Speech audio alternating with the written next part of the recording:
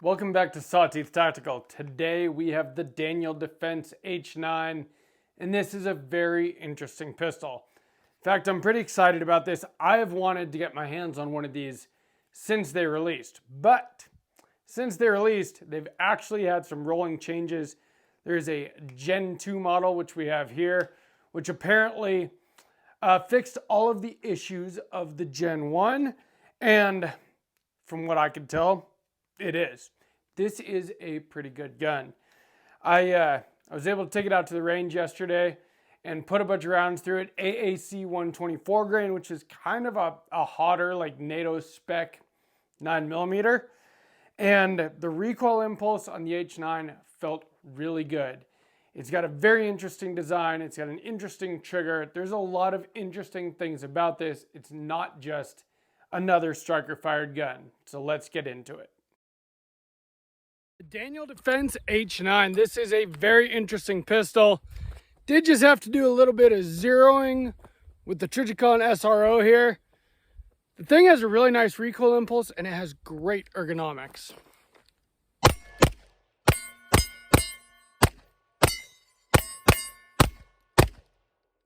Daniel Defense makes quality firearms. My Mark 18, which admittedly is only a Mark 18 upper, and it's an amalgamation of other parts that I put together, but it is the cold hammer forged 10.3 inch barrel, the RIS 2 quad rail, the things that make a Mark 18 a Mark 18. Well, one of them is Daniel Defense's cold hammer forged barrels, and the Daniel Defense H9 has a cold hammer forged barrel. They make really good barrels, and they're just known to make quality firearms. I'll bet a little bit on the expensive side. Is that cost worth it? This is a $1,300 pistol. Now you can get 2 Glocks for the price of one H9, but is this as good as 2 Glocks? Is it possibly better than 2 Glocks? It depends. You can only shoot one pistol at a time, right? So it is a striker-fired gun, but in my opinion, it has much better ergonomics than a Glock. Now, Glock lovers will disagree with me probably, but I, like many others, I'm not a giant fan of the Glock grip angle. It works fine for me, but I like more of a 1911 style grip angle, which this seems to have. It's very easily pointable to me. The sights come right onto target. Of course, that is made easier by a Trijicon SRO. I mean, the window on the SRO is just nice. Very easy to use, easy to deal with. And that's the thing about the H9 is it is optics ready. You can mount whatever you want on it, which is very nice. Now this gun, besides just having a grip angle that reminds me of a 1911, it also has a trigger that kind of reminds me of a 1911. Now it does have a trigger safety on it, which of course is, well, not the only safety, but it has internal safeties, much like a Glock or many other striker-fired guns. And we'll get into that in a minute. But I just want to point out this trigger really quick because unlike most guns that have a hinged trigger mechanism that swings, this one, after you pull through the basically upside down trigger dingus, it has a straight back trigger pull, much like a 1911. That is good. And honestly, it's pretty crisp for a striker-fired gun. You're not pulling back the striker like you are in a Glock that makes it really mushy. It's pretty crisp. And the reset is very short. So I'm sure with some practice, this is a gun that you can shoot very fast and very accurate. This video is sponsored by Venice AI. Do you ever wonder what ChatGPT does with your conversations? We all know that our phones, Alexa, everything like that, listens to our conversations and then advertises to us based on what we say. Well, what else are these things doing with our personal information? They're selling it to third parties, including governments. In fact, the director of the NSA, the former director, is now sitting on the board of ChatGPT, which is why I'm using Venice AI. Venice AI is an AI software. It uses open source software that you don't have to download. It goes straight to your web browser, but the biggest thing is that it's private and permissionless. And so you don't have to worry about them selling your information to anybody else, which is kind of why it's a big deal to me. I like privacy, even though I show everything that I do on a YouTube channel. My daughter, she's 13. She uses AI for all kinds of things these days. She's been writing stories with it. She's been making music with it. It is incredible what you can do with AI. It's a very powerful tool, but keep your privacy while you use it with Venice AI. I like the Pro plan personally. It just gives you a lot more that you can do, and you can get a 20% off on your Pro plan if you sign up using my link. That is venice.ai/sawtooth-tactical. Use that code to get 20% off. The code is sawtooth-tactical. Daniel Defense is well known for very high quality firearms and cold hammer forged barrels, which this does have. They never did a pistol though until this one. They bought the rights to the Hudson H9 and then completely redesigned it. It has a very low bore axis, which helps in controlling recoil, and it has a straight back 1911 style trigger. It's a very interesting handgun.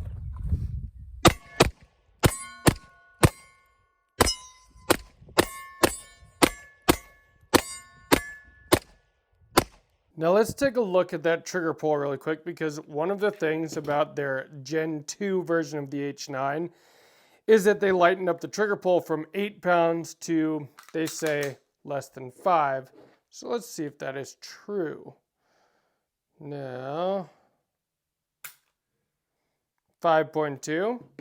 That's a heck of a lot less than 8.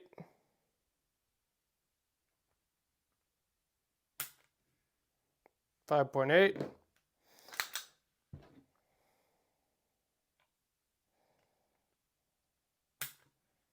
5.6. So we're between 5 and 5.5 pounds. I was actually getting the higher end of 4 before I started filming, but for some reason it always seems to go heavier when I'm behind the camera. But if you look at this pistol, it is very unique. What it is Daniel Defense bought the rights to the Hudson H9, which is a very interesting pistol design. But then once they got into it, they realized that it had a lot of issues. And so they basically redesigned the entire thing. But it still maintains some of those original design characteristics, namely a very low bore axis. You can see that the trigger guard comes up into the frame significantly, and the tang is very high here. And so you have one of the lowest bore axes of any striker-fired pistol on the market. And when we take it apart in a second, you're going to see that the recoil spring is actually right in line with your hand.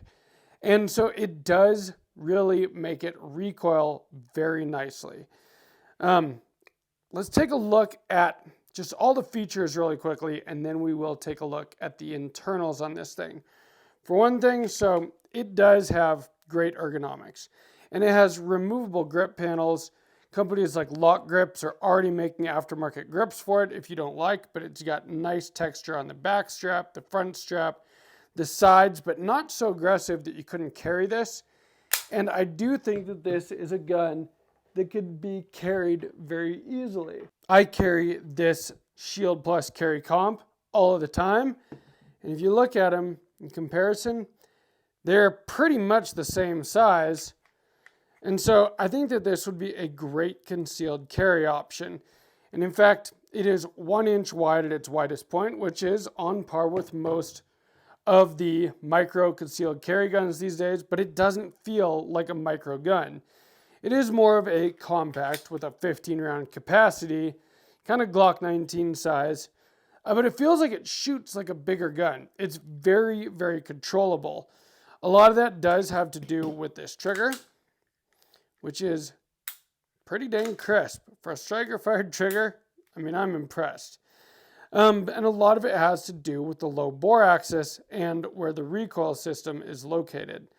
But as you can see, you get a front fiber optic sight, blacked out rear. That is my favorite type of sights, although with the SRO, you cannot co-witness them. But I'm sure there will be aftermarket sights. I mean, it looks like to me like it takes Glock dovetail sights. So I'm sure you could put on some suppressor height sights if you wanted to. It has very usable front slide serrations, which to me is important if you're running a red dot. And who is not going to put a red dot on this pistol? Of course you are. So front slide serrations are important. 3-slot Picatinny rail, so you can put whatever light you want on it. It'll take a full-size light like an X300 just fine. Or you can use something small like a TLR-7 if you're going to conceal carry this gun. The one thing I have noticed is the mag well does feel very tight. If you don't get the magazine just right in there, it'll kind of bind up on you. But as long as you get your reload in, straight, you got no problem. Mag release feels good, comes right out as it should. I do like the way that the beaver tail is shaped. It feels very comfortable. You can get a good high grip on it without getting any kind of slide bite or anything. And it's got a slide release that is easy to actuate. Like a lot of guns, specifically like Smith & Wesson M&P style guns, this slide release is almost more of a slide stop. Like you really have to push down pretty hard on that thing. This one, you do not, which is nice. And then it just has, in my opinion, very nice aesthetics. It has good lines. It's a good looking pistol, and it's an interesting looking pistol for someone that wants something that doesn't look exactly like everything else. Now, we took it apart off camera because YouTube is weird about that kind of thing these days. But one of the new Gen 2 changes is the dual recoil system here, and you see how low it is. See how that, like most recoil springs would sit up in here, or I guess, yeah, up in here. This sits right in line with your hand, which is, I mean, it does seem to help the recoil impulse. The recoil impulse on this is very nice. Now, as you see the trigger mechanism, so that part right there is what's going to disengage your safety plunger, and then it is a striker fired gun. But it has a pre-cocked striker, so that's your sear right there. And so as the gun cycles, the striker catches on the sear, and the trigger just gets that sear out of the way. You're not pulling back the striker spring with your trigger, which is one of the reasons why the trigger feels so crisp and so good. It is just, I mean, it's a simple design, but simple is usually good, and it does seem to work well. It's been totally reliable for me so far, and it feels really good to shoot. This is technically a compact. It's got a 15 round capacity, 15 plus 1, 16 if you include the one in the chamber. But it feels like it shoots like a bigger gun than it really is, which I appreciate.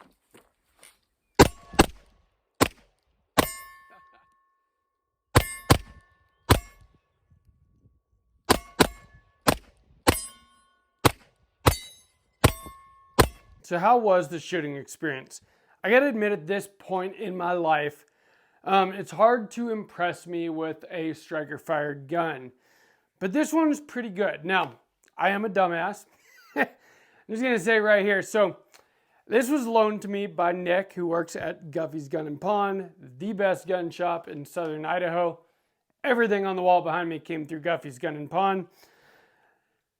Well, he told me, he was like, I don't know if the optic is perfectly zeroed. So I threw a laser bore sight on this before I took it to the range, and it was way high. And so I thought I was going to be shooting really high. So I adjusted my elevation down and my windage just like a half a MOA click. Well, then I got to the range and I was shooting extremely low. My laser bore sight was lying to me, I guess. I don't know. Usually it gets me pretty damn close, and then I can just make, some slight adjustments at the range. And because it usually gets me pretty close, I didn't bring any paper targets to zero it. So, and my steel targets weren't freshly painted or anything. So that is totally on me. And so I did have some misses out there when I was shooting this yesterday, which was a little disappointing because it was a very controllable pistol to shoot. And so I feel like if I'd had my optic zeroed, I would have shot very well with it. I kept adjusting it back, well, point of impact back up the whole time I was out there. And then by the end of it, I was shooting pretty well. What do you know? It sounds like Nick actually had his optic zeroed pretty well. So hopefully, Nick, I've got it back to right about exactly where you had it, because I think you had it right. Anyway, thank you, Nick, by the way, for letting me use this for this video. I really do appreciate it. But besides the issue of zeroing the optic at the range and not having the proper targets to zero the optic, the gun felt really good. Like I said, it's hard for me to be impressed by a striker-fired pistol. I feel like these days, a lot of them feel very similar, and they're really good now. Firearm technology has gotten amazing. We are in the golden age of firearms, but if you're gonna spend $1,300 on a striker-fired gun, it better be good. And this one is good. It's pretty much what I expected from a Daniel Defense gun. Now, like I said, I do think that they had a bit of a, some like growing pains, whatever you want to call it, teething issues. I hear all these terms. Because it is the first pistol that they ever released. They've been a rifle company, AR-15s. They make, the Mark 18, the Mark 12, the Daniel Defense PDW 300 Blackout. Now they have a PCC with a hydraulic buffer that takes Scorpion mags. It looks awesome. But this is the first pistol they came out with. And once it came out, it had some issues, which Daniel Defense has been very forthright about. And if your pistol has any of those issues, they've said to get a hold of them and they will take care of it. But they made some rolling changes that do seem to make a difference. The major ones seem to be that dual recoil system, which, the recoil on this for a gun this size does feel very good. So if you're wondering about that, it is a very shootable pistol. And the ergonomics feel really good, so it's easy to have, a good solid grip on it to control that recoil. You are very high up in the gun, which that is one of the hallmarks of controlling recoil, is getting high on the gun. A lot of styles of guns, especially hammer-fired ones, you just can't get that high on it because of the way a hammer-fired gun needs to be designed. And then there's things like the P320, which are striker-fired, but still have a high bore axis. This has a very low bore axis. You are up in that gun when you have a good grip on it, and that makes it very easy to control the recoil. In fact, the recoil on this was good, and especially with a Trijicon SRO, a big window optic. Like, I had no trouble tracking that dot. Unfortunately, the dot just wasn't zeroed to the pistol. Again, my own fault on that, which is kind of funny. Besides that, the trigger, that's their other big thing that they've fixed. So, 5-pound brake, okay. 5-pound brake is not bad for a striker-fired gun. For a duty gun, a concealed carry gun, you don't want a 2-pound trigger in a gun that you're going to have pointed at your nuts. I'm cool with a 2-pound trigger in a 2011 range toy. Not in a duty, not in a concealed carry gun. 5 pounds is pretty good because 5 pounds and crisp and straight back to the rear pull is great, especially with this short reset. So I think that this is a good buy. Now, would I spend $1,300 on this pistol? I'm not sure. The only reason I say this is this. Right now, I really want a CZ Shadow 2 Compact. It's about the same price. A Shadow 2 Compact is a double single action hammer fired gun. And for some reason, I just get a little bit more excited about hammer fired all metal guns. This doesn't feel like a striker fired gun though, really. It feels in a lot of ways like a hammer fired gun, even though it has a striker fired action. Because of the trigger, because of the frame, it's not a polymer frame gun, it's a metal frame gun. It feels really solid. It feels like very high quality. It feels like something from Daniel Defense, which it is, so that makes a lot of sense.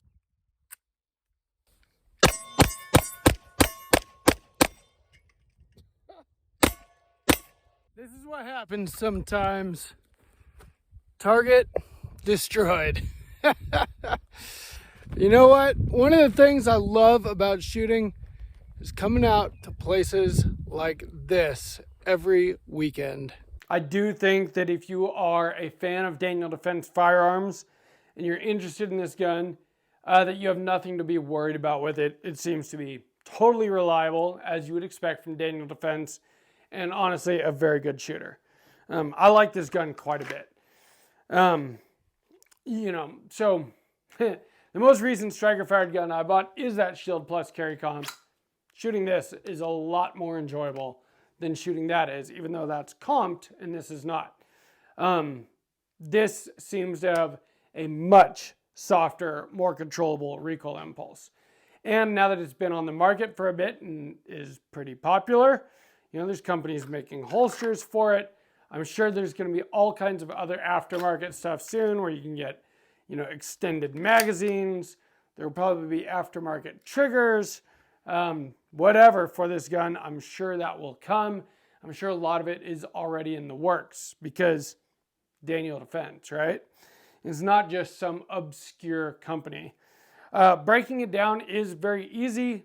It's much like a Glock.